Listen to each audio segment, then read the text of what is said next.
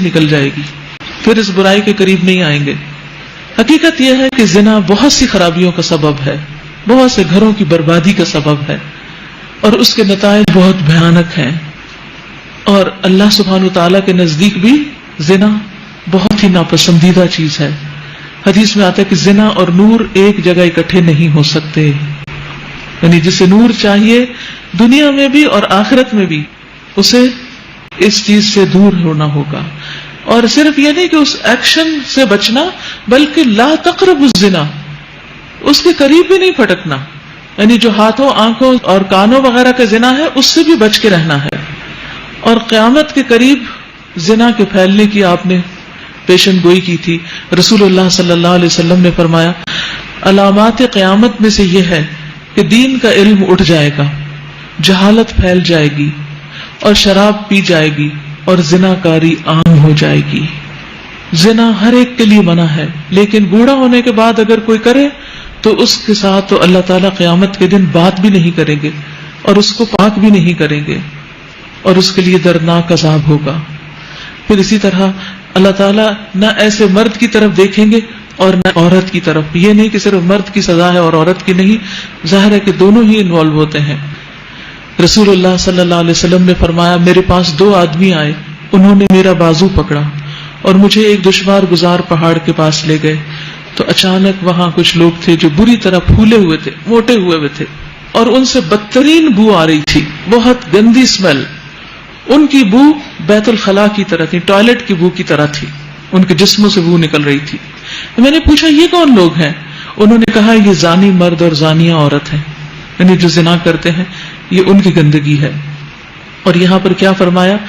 کہ ان پر حد جاری کرو، ان کو کوڑے مارو،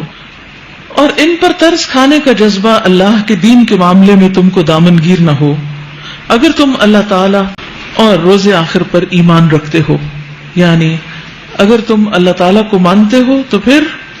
اس حد کو جاری کرنا ہوگا، کیونکہ ایک حد جاری کرنا اللہ تعالیٰ کے نزدیک 40 راتوں کی بارش سے زیادہ بہتر ہے، یعنی جہاں اسلام کا قانون نافذ ہوتا ہے۔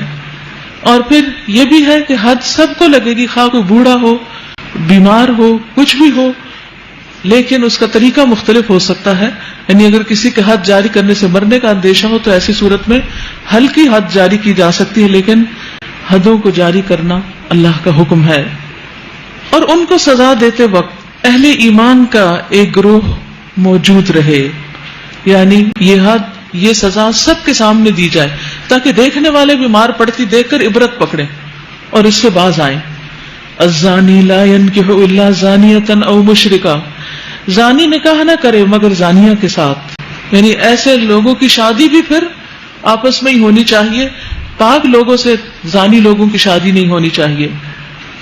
اور یہاں پر آپ دیکھیے کہ زنا اور شرک کو ساتھ ساتھ مینشن کیا گیا، یعنی جس طرح شرک کبیرہ گناہ ہے اسی طرح زنا بھی کبیرہ گناہ ہے، کیونکہ شرک میں بھی شراکت ہوتی ہے اور زنا میں بھی شراکت ہوتی ہے اپنے اصل شوہر یا بیوی کے حق کے ساتھ۔ تو زانی نکاح نہ کرے مگر زانیہ کے ساتھ یا مشرکہ کے ساتھ، یعنی ایسے شخص کو پھر مومن عورت نہیں دی جانی چاہیے۔ اور زانیہ کے ساتھ نکاح نہ کرے مگر زانی یا مشرک، یہ حرام کر دیا گیا ہے اہل ایمان پر، یعنی جب یہ بات ثابت ہو جائے کہ کوئی شخص واقعی زنا کرتا ہے یا اس پر حد جاری ہو جائے، اس شخص کا معاملہ کھل جائے، تو پھر اس کا نکاح پاک دامن عورت سے نہیں ہوگا۔ ہاں اگر کسی کا عیب چھپا ہوا ہے تو وہ اللہ کو پتا ہے، اس کے معاملے میں چھپی ہوئی باتوں کے بارے میں تو کوئی کسی کا کچھ نہیں کر سکتا، اور کون کن کن غلط راستوں پہ چل چکا ہے اور اب اس کا نکاح کسی نیک پاک مرد یا عورت سے ہو رہا ہے، تو یہ راز اللہ کو معلوم ہے، تو پھر اللہ سبحانہ وتعالی ہی جو چاہے معاملہ کرے۔ لیکن دنیا کا قاعدہ بتا دیا گیا، والذین یرمون المحصنات ثم لم یأتوا بأربعة شہداء، اور جو لوگ پاک دامن عورتوں پر تہمت لگائیں پھر 4 گواہ لے کر نہ آئیں، ان کو 80 کوڑے مارو،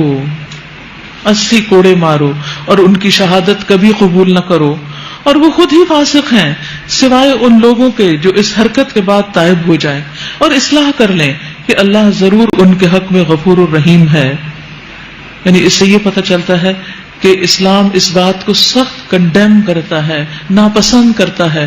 کہ کوئی کسی پر زنا کا الزام لگائے، جھوٹا الزام، کیونکہ اس سے دوسروں کی عزت پامال ہوتی ہے، اور ہمارا دین ہمیں دوسروں کی عزت کرنا سکھاتا ہے.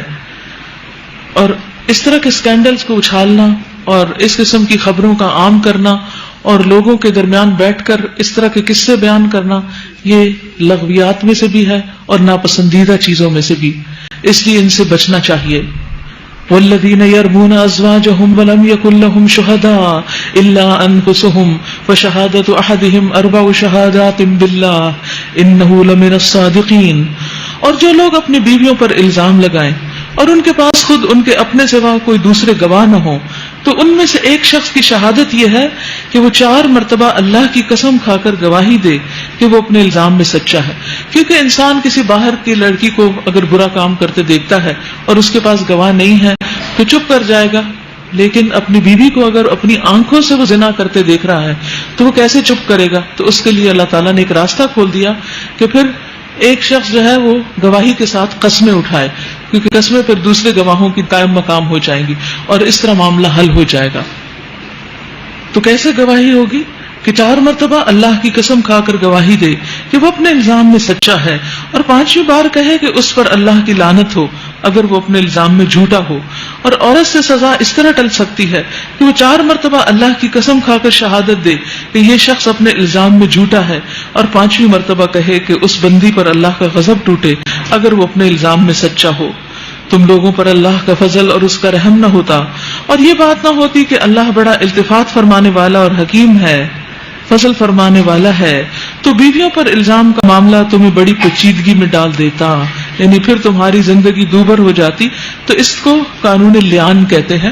یعنی شوہر نے الزام لگایا، قسمیں بھی کھا لی، بیوی نے بھی جواباً اپنے اوپر سے الزام دھونے کے لیے قسمیں کھا لی، تو اس کے بعد کیا ہوتا ہے؟ دونوں کے درمیان نکاح ختم کر دیا جاتا ہے اور آئندہ کے لیے معاملہ ٹھپ، یعنی پھر اپنی اپنی راہ لیں. کیونکہ ایسے 2 لوگ اکٹھے نہیں رہ سکتے، کیونکہ شادی کا رشتہ ایک ٹرسٹ کا رشتہ ہوتا ہے جس کے اندر اگر شوہر کو بیوی پر شک ہے اور بیوی کو شوہر پر شک ہے تو زندگی حرام ہو جاتی ہے. تو اس لیے اللہ سبحانہ تعالیٰ نے یہ قانون دیا.